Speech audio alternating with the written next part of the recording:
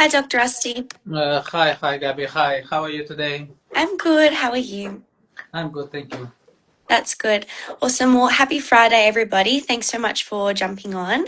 So the topic for the live this evening, as you can see by the title, is Day 3 Embryo Transfer. So before I dive into the questions, Dr. Rusty, could you please give a brief introduction on the topic? Yes, no, thank you. So, yes, today we'll be discussing day 3 embryo transfers. Before that, I will just take you through the embryo development, stages of embryo development once more, because it's very important to understand when you decide whether you should do day 3 embryo transfer or blastocyst day 5 embryo transfer. So after collection of eggs go through 4 stages of development. These are different phases of the development, or you can even say phase transition. So these are critical phases.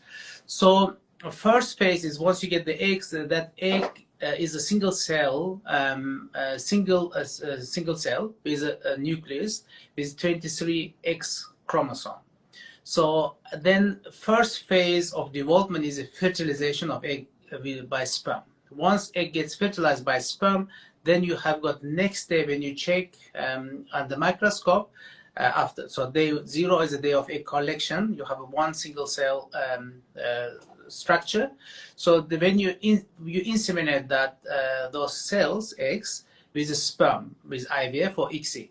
The next day when you check, then that egg should be fertilized. So fertilized egg is the first stage of development. That's called 2PN. 2PN means in one single cell you see two nucleus, sperm nucleus and egg nucleus.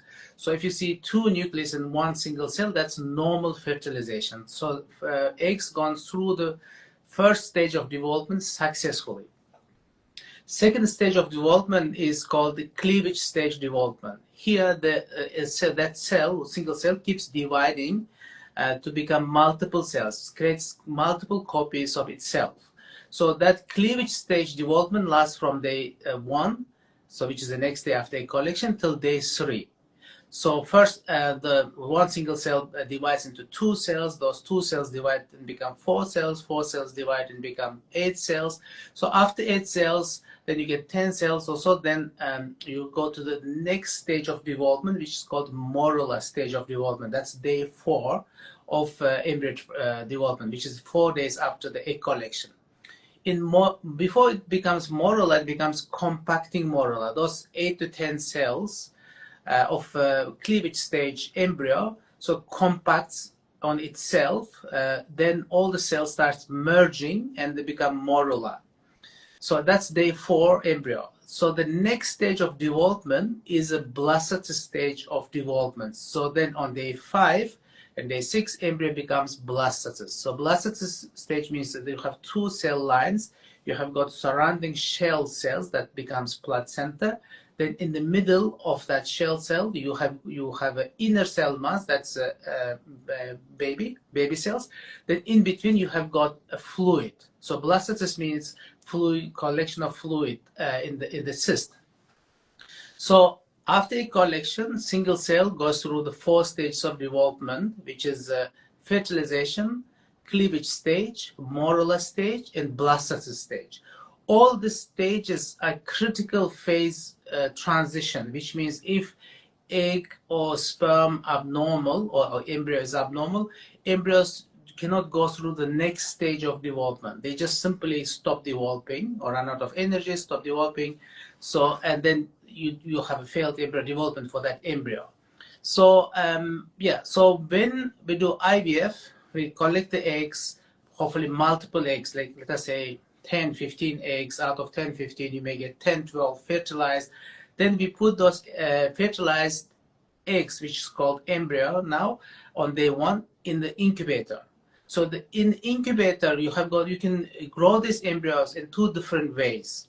So best way of growing embryos is a single stage incubation, which means you put, let us say you had an egg collection on Monday, on Tuesday morning, embryologist checks, deselects all the unfertilized eggs, discards unfertilized eggs, and all fertilized eggs they put in the incubator, and they do not open the incubator until day 5, until the blastocyst stage, when you can do the transfer or freeze the embryos. That's called single stage development, single stage incubation. So that's by far the best, because you don't disturb. The method of embryo growth development is sequential, which means you put embryos in the incubator. On day 3, you open the incubator, you take out all the embryos, check the grades under the microscope, and some clinics or some patients do embryo transfer on day 3. They select 1 or 2 embryo and transfer. The rest of the embryos you put back in the incubator and keep growing until blastocyst stage, day 5 and day 6. Then if they have a good grade embryos, then freeze those embryos, and poor grade embryos get discarded. So this is sequential embryo development. So in the past, until maybe 15 years ago or 20 years ago, we could not grow the embryos properly until blastocyst stage. This is why we used to do a lot of day 3, day 2 transfers. Why? Because this technology for culturing embryos were not optimal. That's why we were very worried, if you don't transfer these embryos on day 3, we're going to lose them. And this is why pretty much most clinics were practicing day 2, day 3 transfer, or cleavage stage transfer. Now most clinics do only single stage development, or even if they do sequential embryo incubation, they do blastocyst grade embryo transfer, which is the most optimal, which is what I recommend. So still some patients request day 3 transfer, mainly for psychological reason, or they have the belief that they may lose the embryos if they don't transfer on day 3, which is not the case. I will explain later. So then, which means you have to grade the embryos if you're transferring on day 3. So yeah, so essentially I do not recommend doing day 3 embryo transfer. I will explain later during this live stream. So but yes, you can transfer embryos on day 3, which is not recommended. And if you're transferring embryos, you need to grade them and and transfer the highest grade embryos. Thank you, Dr. Asti. My first question is, why don't you recommend day 3 embryo transfers? Yes, so what we do in IVF, we replicate the nature. So here in IVF, what we're doing, we're assisting nature. This is why it's called assisted conception. It's not artificial conception. It is assisted conception. Exact same way, natural conception, but we assist, we assist eggs and sperm meet in artificial environment in the lab and could become embryo. Then we try to mimic the nature as much as possible, because nature has been doing it for millions of years, and we need to replicate the nature. So physiological, most natural way of providing IVF gives you highest chance. So we should not interfere with how nature does implantation, for example. So I will explain what happens in natural implantation. So when couples don't have any fertility problem, when they start trying to conceive, they keep releasing eggs and like sperm and have intercourse, and one of these eggs gets fertilized and becomes embryo. So fertilization happens in fallopian tube, just next to the ovary. So then, which is day 1, yeah, day 0, again, the release of the egg. That's day of ovulation is day 0. It's the same day as egg collection. Day 1 is a day of fertilization. Next day, so that egg gets fertilized by sperm. Then you have a two nucleus, 2 PN egg sitting in the fallopian tube. So then it takes for that egg to divide, multiply, and go through all the stages we described earlier, which is fertilization, cleavage stage, morula stage, blastocyst stage, then implantation. So all these 4 stages happens in the fallopian tube when natural conceptions happen. So then on day 5, embryo lands in the uterus when it's full blastocyst or hatching blastocyst. So until then, embryos grow in fallopian tube. So fallopian tube is very different environment to uterus, different pH levels, It's more alkaline. Uterus is more acidic, for example. It has got slightly different oxygen levels, and it is very similar to the incubators we have in the lab. Why? Because incubators, when they were created, they mimicked fallopian tube. So essentially, whole purpose of IVF clinic or lab is to mimic what fallopian tube does. Fallopian tube fertilizes eggs and incubates the eggs or embryos for 5 days. We mimic that in IVF lab. So essentially, IVF lab is artificial fallopian tube. So what happens is that in naturally, day 3 embryos never come to the uterus for implantation. Why? Because it's wrong environment for that embryo. So embryo stays in the fallopian tube and becomes blastocyst and lands in the uterus. Then day 6, it hatches, and day 7, day 6, it starts implanting. So when you put day 3 embryo in the uterine environment, that's a wrong environment for that embryo. The whole like oxygen level, pH level, nutrition is different in fallopian tube in the uterus. So that uterine nutrition is not optimal for cleavage stage embryos. Uterine nutrition, all sugar levels, all the minerals, are optimal for blastocyst or hatching blastocyst stage embryos. So when you put those stage 3 embryos, that embryo is in wrong environment. It cannot perform in full potential. So what happens when you transfer the S3 embryo? That embryo sits in the uterus in wrong environment.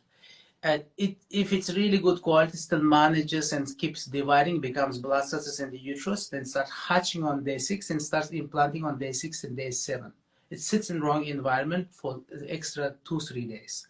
So a very high-grade embryo still manage and implant. That's why you do get you get some successful pregnancies on day 3. Although the chance for the even same embryo would have been better if it was transferred on during blastocyst on day 5. So okay, so first reason why I don't recommend day 3 embryo is you are putting embryo in wrong environment. Embryo is better off to be kept inside the incubator for another 2-3 days without disturbance.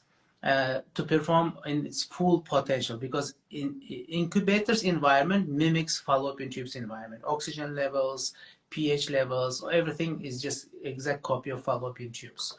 So this is one reason. A second reason for not to do transfer is you cannot select healthiest embryos on day 3. Why? Because a lot of these embryos look like each other. So even sperm is not even got activated until day 4. So eggs run first 3 days in the genome of egg without much of sperm involvement, and you don't even see the sperm factors. So until day 3, a lot of these embryos look very similar, and you cannot tell which one is the highest grade embryo. You may just put embryo which you grade as a high grade on day 3.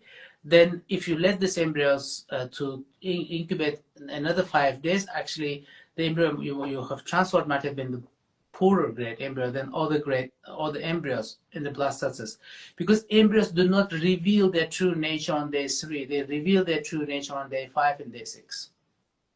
So this second reason is a poor selection of embryos. First reason is a wrong environment for the embryo on day 3. Second reason is a poor selection of embryo. You just transfer wrong embryo and kept the best embryo accidentally, because on the day you cannot tell. Because on day 4, when the sperm gets activated, you're moving to the next phase transition, which is a morula stage and blastocyst stage. You have a huge drop off. Let us say you have 10 embryos, like 7 of them looking beautiful on day 3. Naturally, on day 4, day 5, a lot of them drop off. Then suddenly, out of those 7 beautiful embryos, you end up with 2 high-grade embryos. So this is truly how embryos develop. So so second reason. And the third reason, you reduce the potential of all the remaining embryos. Let us say you got 10 embryos. You did the day 3 check and you selected 2 embryos and transferred. Then you got another 8 embryos. You assessed under the microscope and changed the temperature, because you're sitting and sleeping in nice, warm, dark environment, which it should be. This is mimicking fallopian tube environment. You took them out and exposed to very strong light, temperature changes, and poked them and put them back into the incubator. That's actually disturbing those all embryos as well. Then remaining 8 embryos, yes, may grow, but if their potential is good, if they have a borderline potential, you actually may affect their development growth. Yeah, so which means you select the two, maybe wrong or right embryo, doesn't matter, but you affected all the embryos as well. So 3 reasons. So wrong day 3 is a wrong environment, wrong selection, poor selection, let us say. Third is a disturbance of all embryos. So this is due to these 3 reasons. I do not recommend doing day 3 embryo transfers. You should let the embryos to grow in the right environment, which is incubator, and for until day 5. Then you select best quality embryos or looking at the microscope when they're blastocysts, because they revealed themselves. They've gone through 2 extra phases of development, which is a morula and blastocyst formation. These are critical milestones of embryo development. Poor grade embryos can't go through these stages, and good grade embryos go through these stages. So for that reason, I recommend doing blastocysts day 5 embryo transfer. Thank you so much, Dr. Asti, for your detailed explanation there. In your response, you did mention high grade, average, and low grade embryos. So could you please define for me what is a high grade day 3 embryo, an average day 3 embryo, and a low grade, and the differences between them? Yes, so when we grade day 3 embryos, so we grade according to 4 criteria. So first criteria is how many cells are there. So on day 2, day 3 embryos, you have got distinct individual cells. Why? Because egg divided into 2, then it divided into 4, it divided into 8. So these are individual cells you can see under the microscope. We call them blastomeres. So each cell is blastomere. If you have a 4-cell embryo, you have got 4 blastomere cells.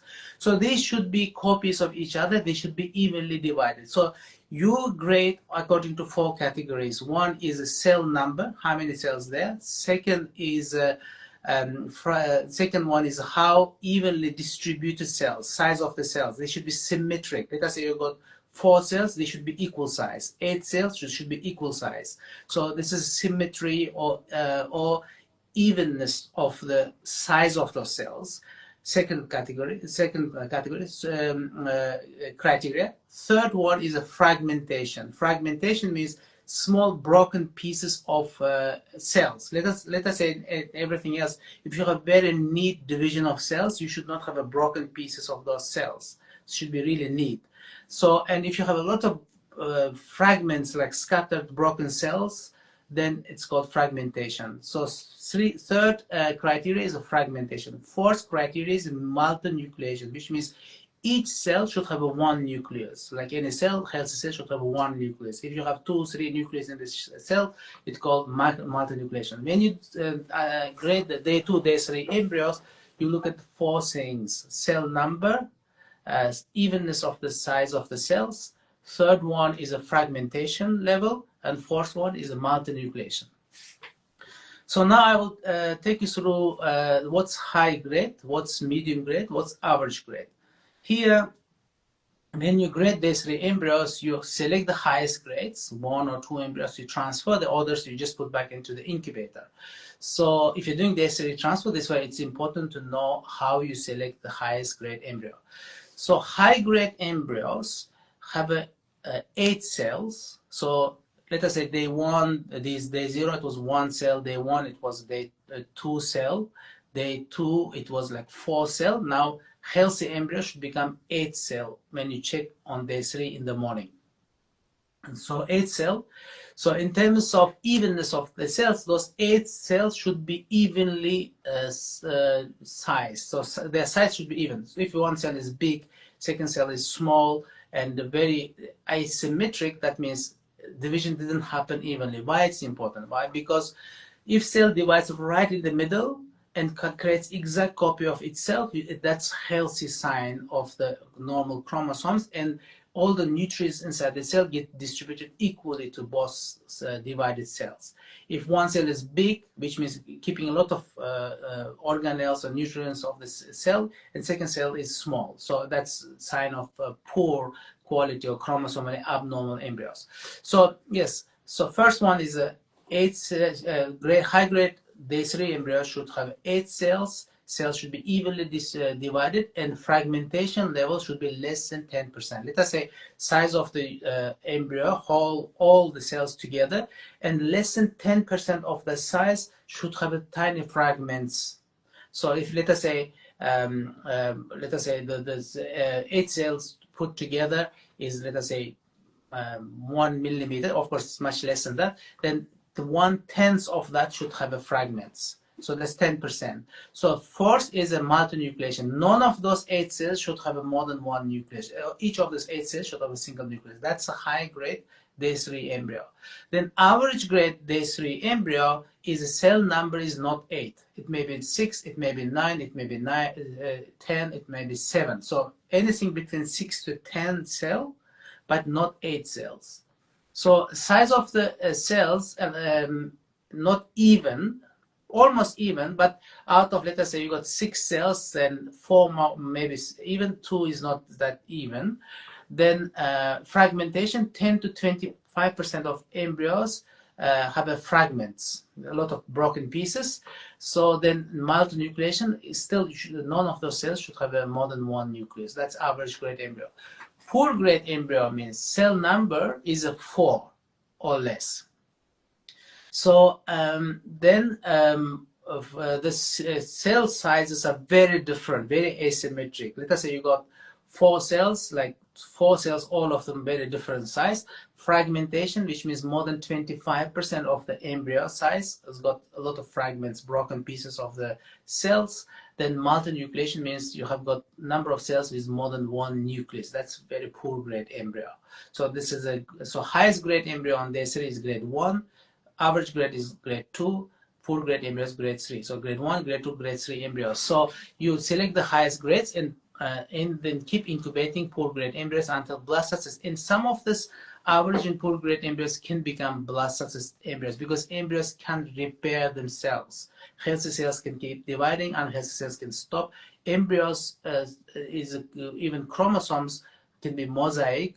The abnormal cells with abnormal chromosomes can stop, and once can take over, then even average grade embryos can become high grade blastocyst embryo as well. Thank you so much, Dr. Asti, for explaining the difference between the different grades of embryos.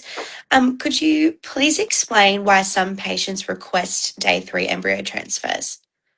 So main reason for requesting day 3 embryos is not understanding how embryos develop. So they feel that they are moms of the embryos and they are better off carrying these embryos in the uterus rather than keeping embryos in the incubator.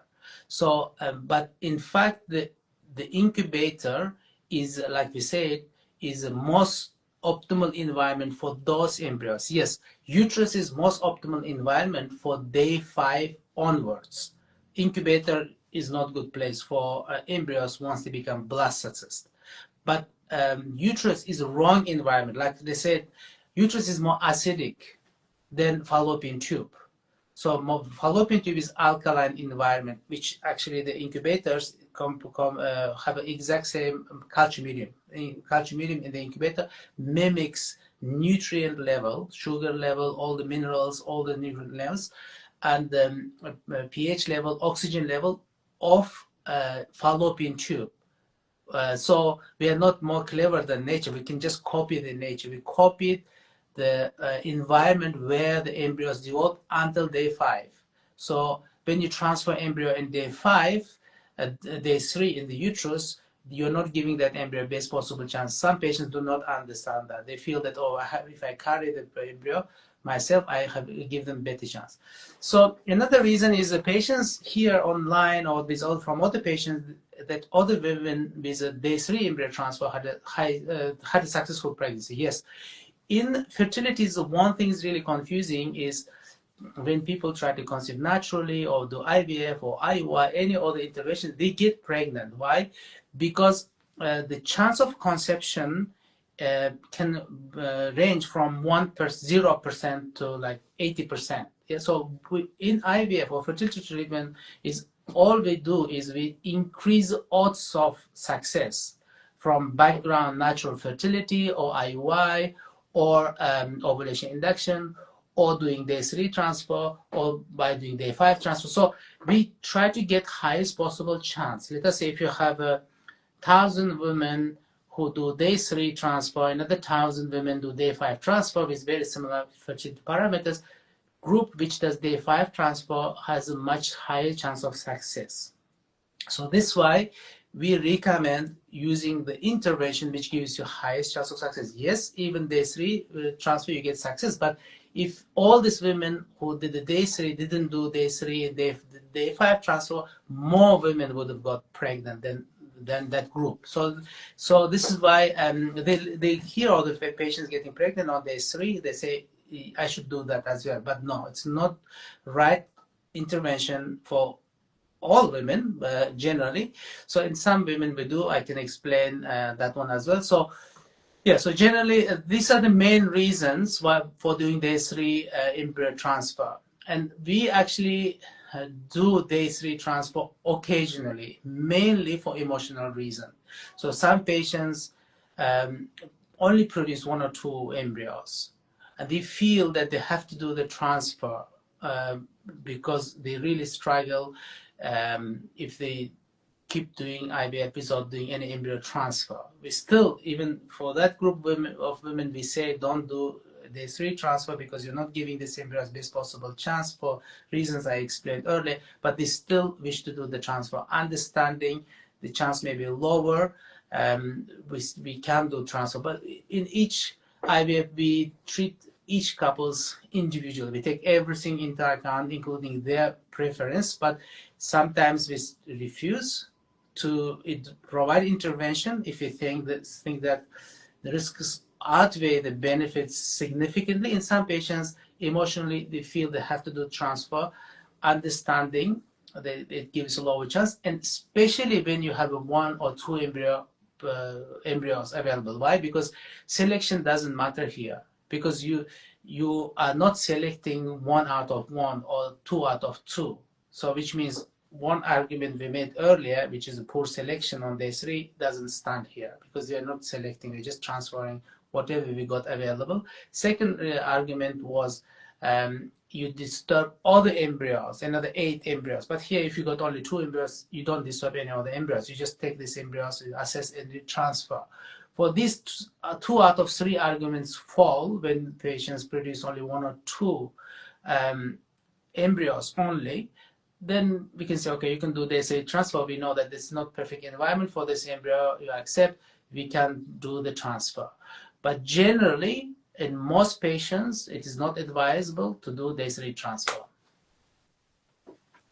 Thank you so much, Dr. Asti. That was a very interesting topic for this evening's live. So thank you so much for your detailed responses there to my questions. That does conclude our live this evening for the topic of day 3 embryo transfer. So thank you so much to those that joined. And as always, the recording of this live will be published to Dr. Asti's TikTok and Instagram. If you are interested in joining our next live, the topic will be blastocyst embryo grading. So thank you so much, Dr. Asti, and we'll see you all next time. Thanks, Gabby, for organizing. Thanks, everyone, for joining today's live stream. Amazing. Thank you. Bye. Bye. Bye.